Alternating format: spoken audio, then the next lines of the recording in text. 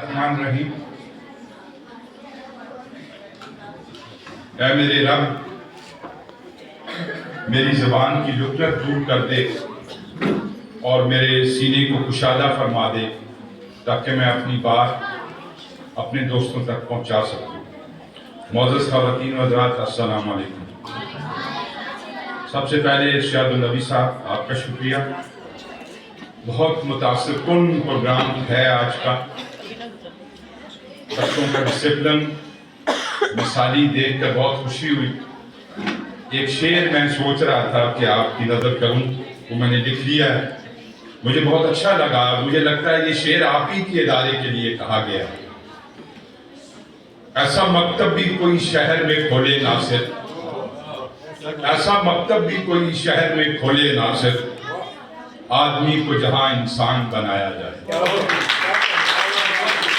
مبارکباد پیش کرتا ہوں آپ کی فیکلٹی نے۔ میں جب آپ سے معلومات لے رہا تھا کہ 12 مختلف موضوعات پر 3 ماہ سے یہ تقریری مقابلے جاری ہیں اور بچوں کی تقریروں کا معیار سن کر اور دیکھ کر بڑی خوشگوار حیرت ہو رہی تھی مجھے۔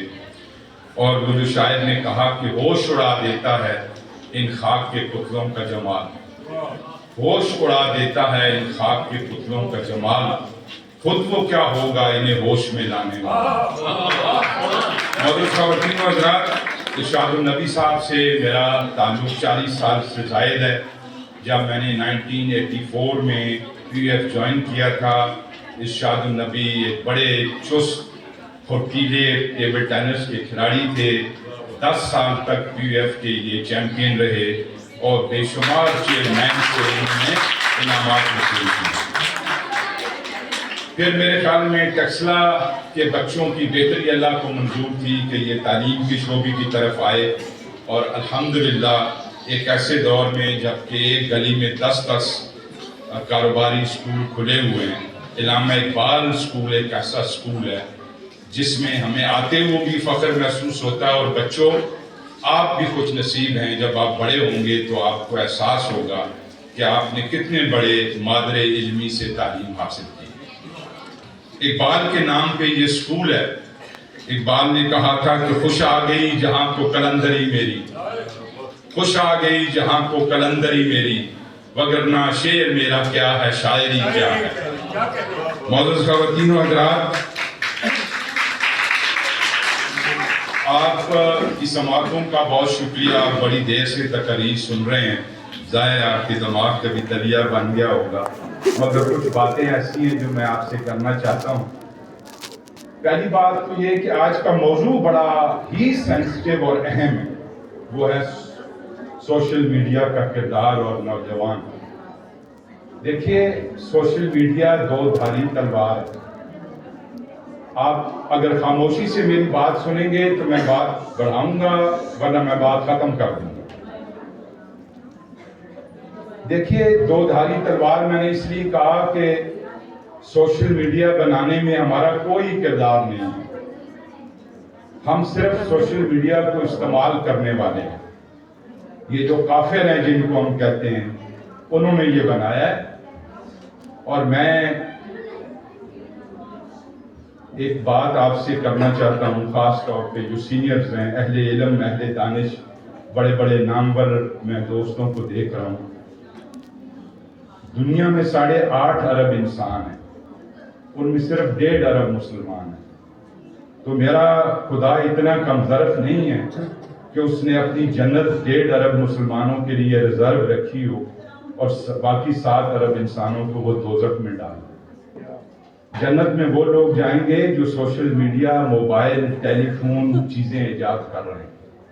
ہم لوگ تو محض کنزیومر ہیں، اور یہ جو لوگ آپ کو مذہب کی پٹی پڑھا رہے ہیں، خدا کے لیے اس تعصب سے اوپر اٹھے۔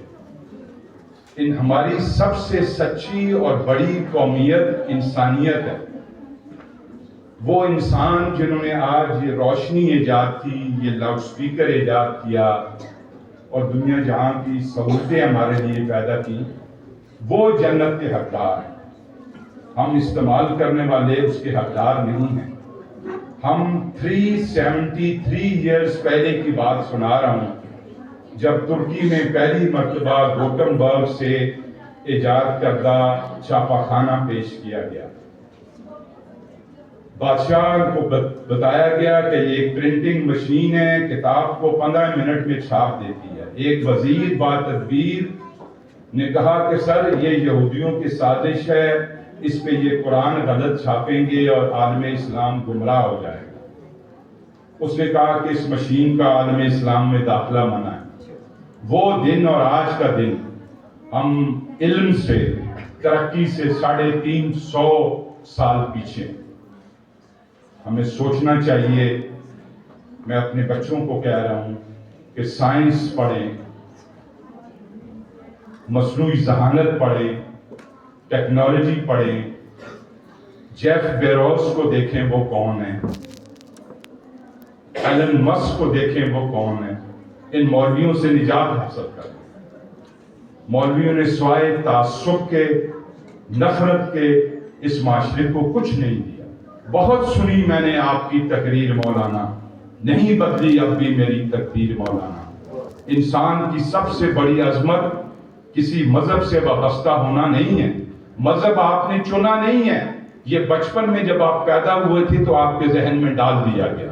آپ محمد توفیق اس لیے ہیں کہ آپ محمد طارق کے بیٹے. اگر آپ تارا سنگھ کے گھر پیدا ہوتے تو آپ گنڈا سنگھ کے کہلاتے.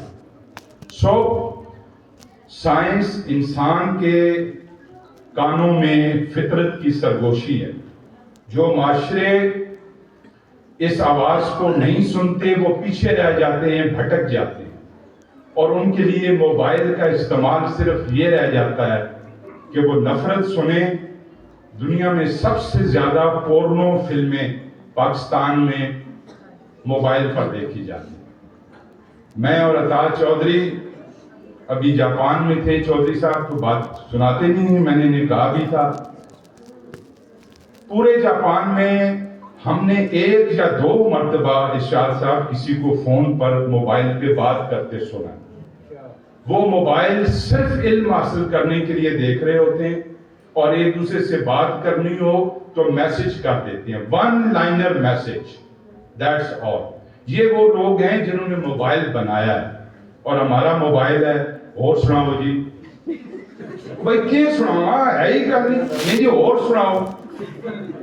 اس سے باہر نکلیں اور علم کی طرف جائیں.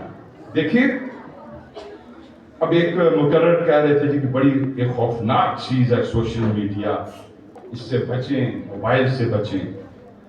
دنیا میں جب بھی کوئی نئی چیز آتی ہے, کوئی نیا خیال متعارف ہوتا ہے, اس کی ہمیشہ مخالفت کی جاتی ہے. گلیلیو نے جب کہا تھا کہ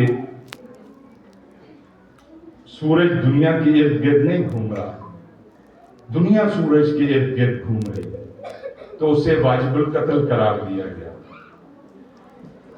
اور کیپٹن صاحب جب اس کو سزائے موت دے دی گئی اور کہا گیا کہ یا تو اپنے قیادات سے رجوع کر لو یا موت کے لیے تیار ہو.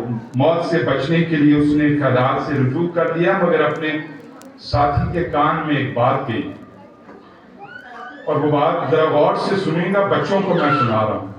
اس نے کہا تھا میں موت سے بچنے کے لیے انکار تو کر رہا ہوں, مگر yet it moves, کہ جو بات میں نے کہی ہے وہی سچ ہے. اگر انسان موم بتی پہ رک جاتا تو یہ بلب کبھی ایجاد نہ ہوتا.